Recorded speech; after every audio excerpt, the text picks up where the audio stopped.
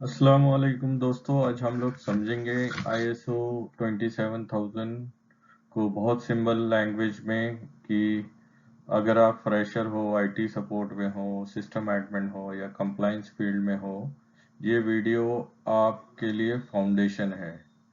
इस वीडियो के बाद आप क्लियरली समझ जाएंगे कि ISO 27000 का स्ट्रक्चर क्या है और क्लाउज का क्या रोल है।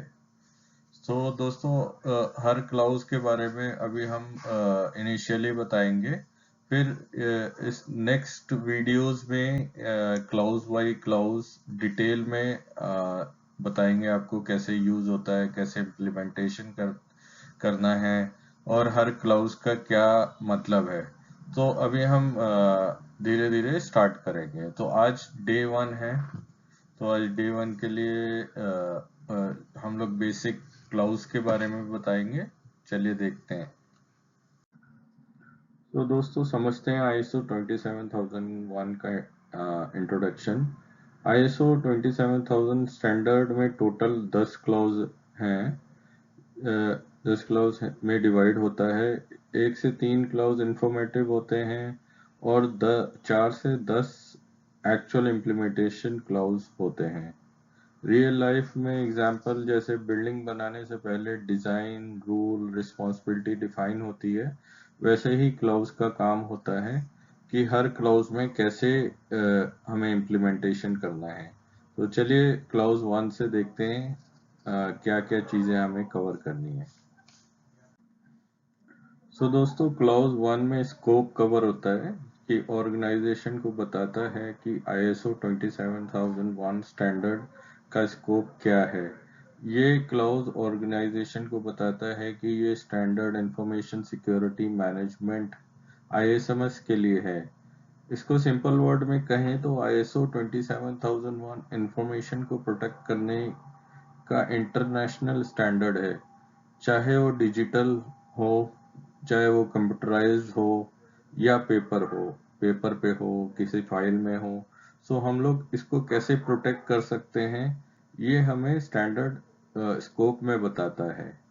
सो देखते हैं कि स्कोप में काफ़ी चीज़ें कवर होती हैं ऑर्गेनाइजेशन वाइज। आपकी ऑर्गेनाइजेशन कैसी है, मेडिकल की है, आप आईटी सर्विसेज प्रोवाइड कर रहे हैं या आप हॉस्पिटैलिटी में हैं, रिटेल में हैं।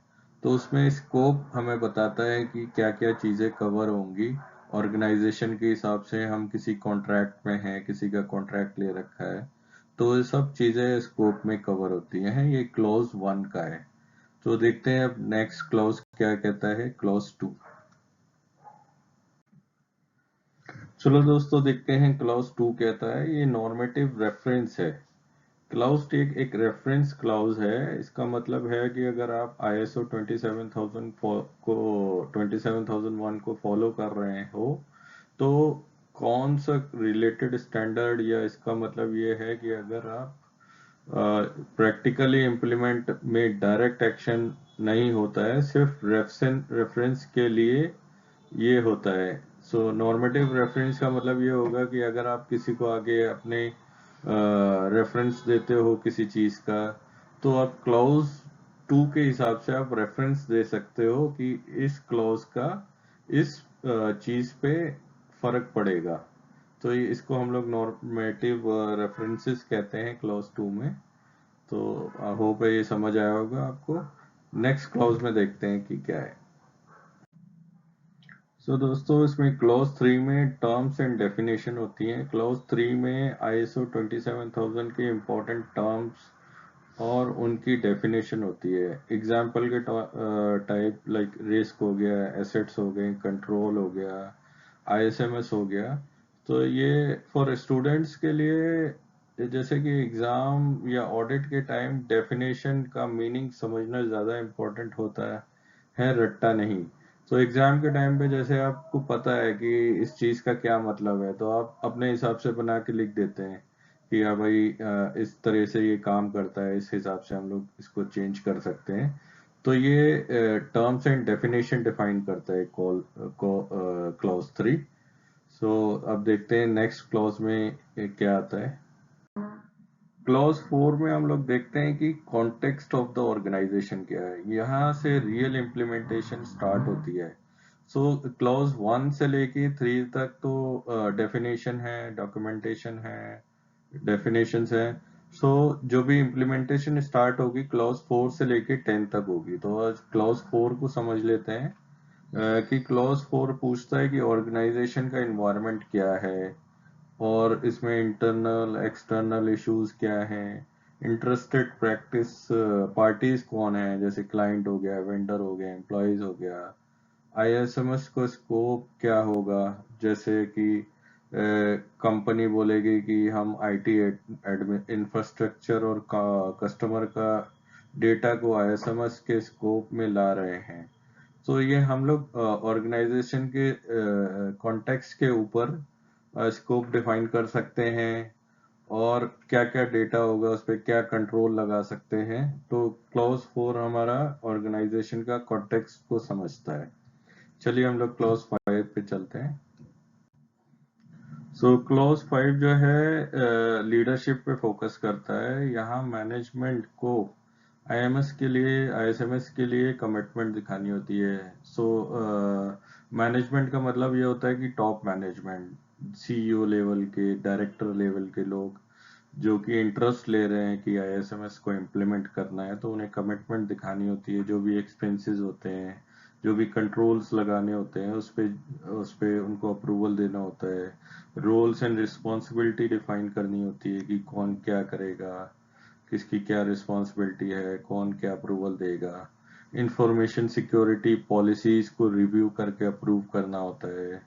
ये सिर्फ आईटी का काम नहीं है, ये टॉप मैनेजमेंट का सपोर्ट मैंडेटरी है।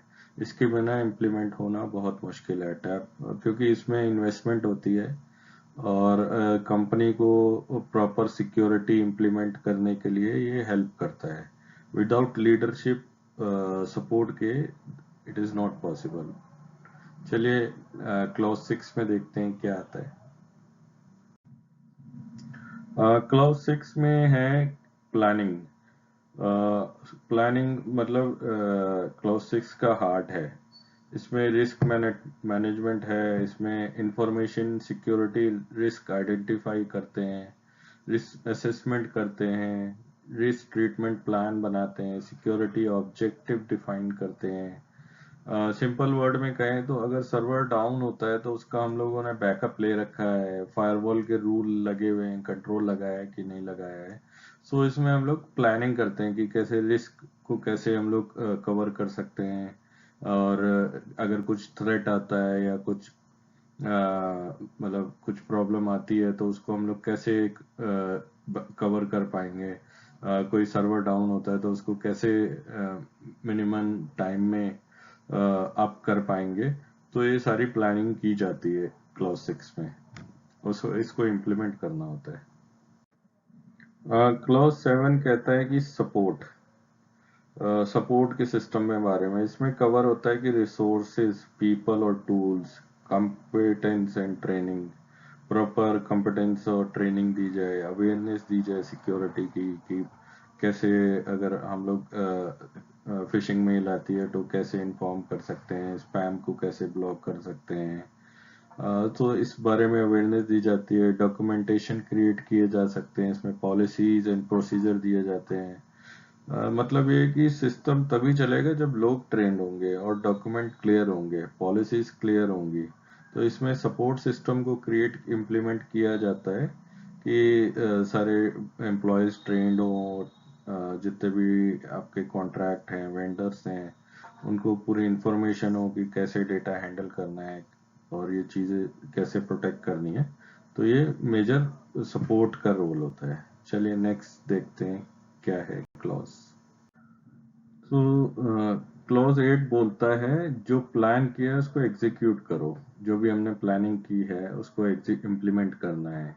रिस्क ट्रीटमेंट प्लान इम्प्लीमेंट होता है, कंट्रोल प्रैक्टिकली अप्लाई होते हैं, चेंज मैनेजमेंट फॉलो होता है।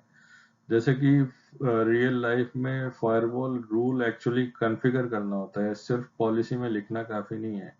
तो इसको हमें इम्प्लीमेंट करके कंट्रोल्स को दिखाना होता है कि कैसे चल रहा है, रूल्स लगाने होते हैं, चेंज मैनेजमेंट को फॉलो करना होता है। जैसे कि अगर कुछ चेंज कर रहे हैं हम लोग, कुछ भी सॉफ्टवेयर में चेंज कर रहे हैं या एंटीवायरस चेंज कर रहे हैं, तो एक डॉक्यूमेंट फॉलो होता है, चेंज मैनेजमेंट डॉक्यूमेंट होता है, वो फॉलो होता है, उसको फॉलो करना होता है, इसमें अप्रूवल्स आते हैं। तो ये चीजें क्लॉज 8 में आते हैं ऑपरेशनल में, और हम लोग इसको डेप्थ में समझेंगे क्लॉज बाय क्लॉज। या आज डे 1 है तो बेसिक समझना जरूरी है। चलिए नेक्स्ट क्लॉज में देखते हैं क्या है। क्लाउड 9 में हम लोग परफॉर्मेंस इवेलुएट करते हैं, चेक करते हैं कि सिस्टम काम कर रहा है या नहीं। इसमें मॉनिटरिंग एंड मेजरमेंट आती है, इंटरनल ऑडिट आती है, मैनेजमेंट रिव्यू आते हैं। मतलब ऑडिट मिरर है, अगर कोई काम गलत हुआ है तो उसको दिखाता है, फिर उसको हमें सही करना होता है। और जो भी हमने इम्प्लीमेंटेशन या कंट्रोल में कुछ गैप रह गया तो उसको कवर करना होता है। तो इसको हम लोग परफॉर्मेंस एवेलुएट करते हैं, ऑडिटिंग करते हैं क्लाउज 9 में। तो चलते हैं नेक्स्ट क्लाउज पे। क्लाउज 10 कहता है कि इम्प्रूवमेंट करनी है हमें।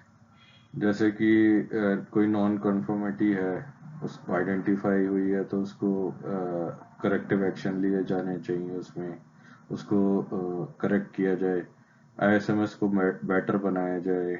हम लोग कुछ नया उसमें अपडेट कर सकते हैं, कुछ नए फीचर्स आए, कुछ नया प्रोडक्ट आया है तो उसको हम लोग इन्वॉल्व कर सकते हैं। सो गोल्डन रूल ये है कि क्लोज 10 का आईएसओ एक मतलब वन टाइम प्रोजेक्ट नहीं है, ये कंटिन्यूस जर्नी है। ये रेगुलरली हमें इम्प्रूवमेंट इसमें देखनी चाहिए। इसको कैसे अपग्रेड कर सकते हैं, नई टेक्नोलॉजी कैसे इन्वॉल्व कर सकते हैं कि हमारा जो है ISM information security management system, ISO better perform कर सके, और जो भी एक्सटर्नल ऑडिट होती है तो इसको क्लियर कर सके। तो दोस्तों ये हमारे क्लाउजेस खत्म होते हैं। फिर हम लोग नेक्स्ट वीडियो में हम लोग देखेंगे वन बाय वन डेप्थ में क्लाउज के कैसे इम्प्लीमेंट किया जाता है। तो आज के लिए दोस्तों इतना काफी है। उम्मीद है आप लोग अच्छे होंगे। Thank you so much.